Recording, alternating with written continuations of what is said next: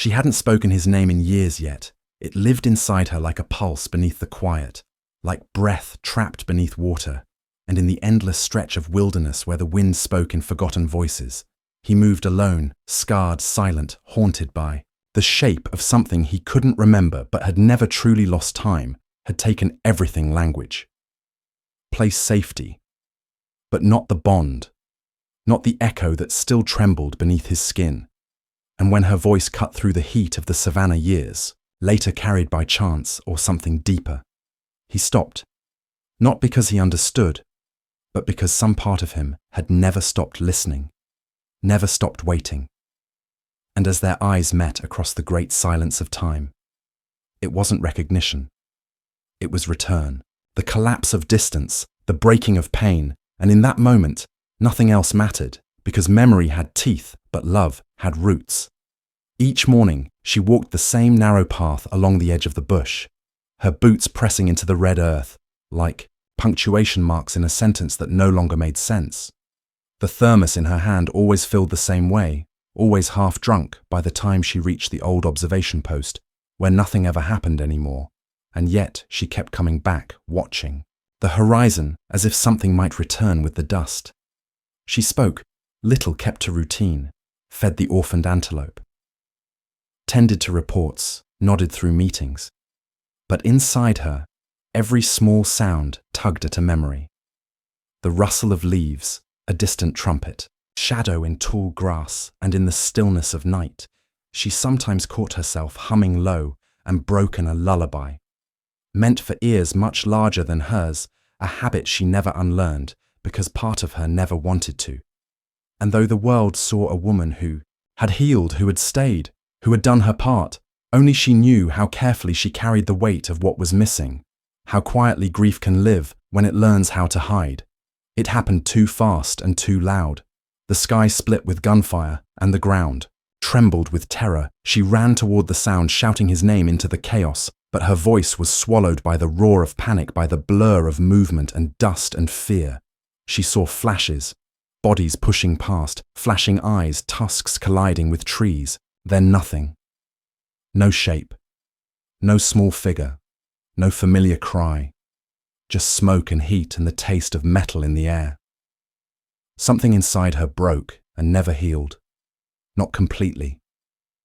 She waited for days, refused to sleep, walked the perimeter over and over until her legs gave out whispered promises into the silence, but no answer came, and eventually the search became a memory too painful to repeat, too sacred to let go. Jabari somewhere far from her learned quickly that silence was safety, that humans were danger, and the sound of footsteps meant run. Not trust the warmth he once knew, dissolved into instinct, into cold calculation. He wandered through seasons without anchoring, never staying long, never letting another near. Even when his body grew massive and strong, his eyes held the hesitation of someone still listening for something lost. Both of them closed off from the world. In different cages, hers built of guilt, and his of confusion. Years passed like water under cracked stone, slow and invisible, but always carving, and in that long stretch of waiting, neither truly forgot because forgetting would mean accepting, and neither of them was ready to let go. Let me pause here for just a moment. And now I want to ask you, where are you listening from? Have you ever had someone, a person or even an animal, recognize you after years apart? That quiet moment of knowing, of being remembered when you least expect it. If stories like this touch something deep in you, make sure to follow. There's so much more ahead, and every chapter carries a piece of the heart. It started with a photograph, blurry, taken in haste, but unmistakable. The curve of the tusks, the tilt of the head, the way he stood just slightly apart from the others, like someone always listening for a sound that never came. She stared at it too long, heart in her throat, memory crashing in, all at once. Not like a story, but like a wound, reopening smell, touch, breath, all colliding with now and before. The message said the mother was protecting her calf beyond reason, refusing food, resisting help, and, behind them in the trees, a massive bull pacing, circling, watching, not attacking, just waiting. She should have dismissed it, should have called it coincidence. But something in her cracked and lit and reached, and she felt that old ache twist into something sharp and undeniable. A whisper that sounded like hope and fear braided together. What if it's him? What if it's not?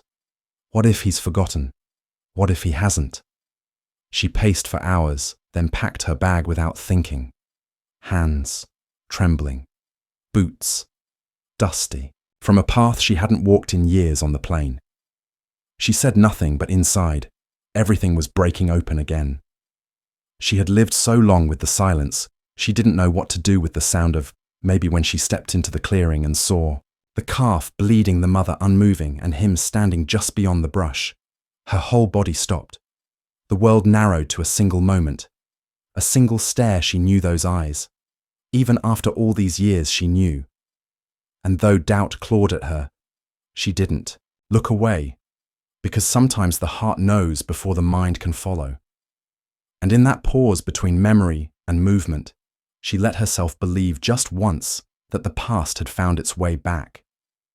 He didn't charge. He didn't flinch. He simply stood and looked, the kind of stillness that isn't still at all, the kind that hums with weight, with recognition waiting to bloom. Her breath caught in her throat, not from fear, but from something older, deeper, a memory waking from a long, dark sleep. The air was thick with dust and heat, but under it, there was something else, something only they could feel. She stepped forward just once, slowly, not daring more, and the wind shifted, carrying her scent toward him. A scent buried in time, but not forgotten. And that was when he moved one step, then another, each one, like thunder held in the belly of the earth, his ears angled, not aggressive but alert, searching, measuring, remembering. She whispered again, Jabari, softer now, as if saying it too loud might break whatever held them in, that fragile thread of space, and his head tilted just slightly, a gesture she hadn't seen since he was small, but so achingly familiar, it tore something open inside her. He rumbled, then low and long and ancient, the kind of sound that isn't heard but felt like a drumbeat under the skin. She closed her eyes. It was him. It was him. And when she opened them, he was closer. His trunk lifting, pausing in the air, hovering near her face, not touching. Not yet. Both of them suspended in this impossible knowing. And then he exhaled a slow, deep breath that brushed her cheek. And she reached out trembling fingers, just grazing his rough skin. And in that moment, the world tilted, something invisible but unbreakable snapped back into place. And they both knew this. Wasn't reunion, it was return. He didn't move away when she touched him again. The next morning, just stood there steady, as the sun broke over the trees, casting soft gold across his back. She spoke in the same gentle rhythm she had used years ago, low and steady, like water over stone, and though he didn't answer, not in words, not in sound, his stillness was its own reply. Over the next days, he watched her with the quiet intensity of someone relearning something they thought was lost. She brought food for, the calf cleaned the wound, tended to the mother always with slow movements, always within his sight, and he began to come closer, not all at once, but in inches, standing beside her as she worked, brushing his trunk past her arm, in passing, not on accident. Not anymore. Once he lifted a stick awkwardly, placed it at her feet, and waited, and she laughed, that soft, broken laugh that hadn't left her throat in years, and it startled even her, and he rumbled low, the sound of warmth, of memory, and it filled the space between them with something new but also old, something that didn't need to be named. They walked together again, side by side under the early light, her hand brushing his shoulder. His ears relaxed, his steps slower, like he remembered the rhythm of walking with her. And one morning when she began to hum an old melody, one he hadn't heard since he was small, his head turned slightly, and he let out a breath, deep and slow, as if saying, I know this, I remember you. And in that breath, she felt something, Inside, her finally begin to mend. No miracle, no sudden light, just this moment, just presence trust returned. Not given all at once, but built gesture by gesture, breath by breath. And when the time came for them to leave, when the herd called and the wild opened itself again, he went not with sorrow, but with peace. And she stood watching, not with grief, but with gratitude. Because some stories don't end in goodbye, they end in knowing in quiet. In the simple truth that what was once broken can be whole again, not as it was, but as it is now remembered. Chosen lived. Some connections don't need words. They survive through distance, through silence, through the long, slow ache of time, because they are woven not from moments, but from meaning, from something deeper than memory, something that waits without asking to be found. And when it returns, it doesn't knock. It simply arrives quiet, as breath, steady as a heartbeat. And in that return, something shifts. Not loudly, but forever. The one who was lost learns to trust again. The one who was left learns how to heal. And together, they remember that love never truly leaves it, only grows quiet until it's safe to speak again.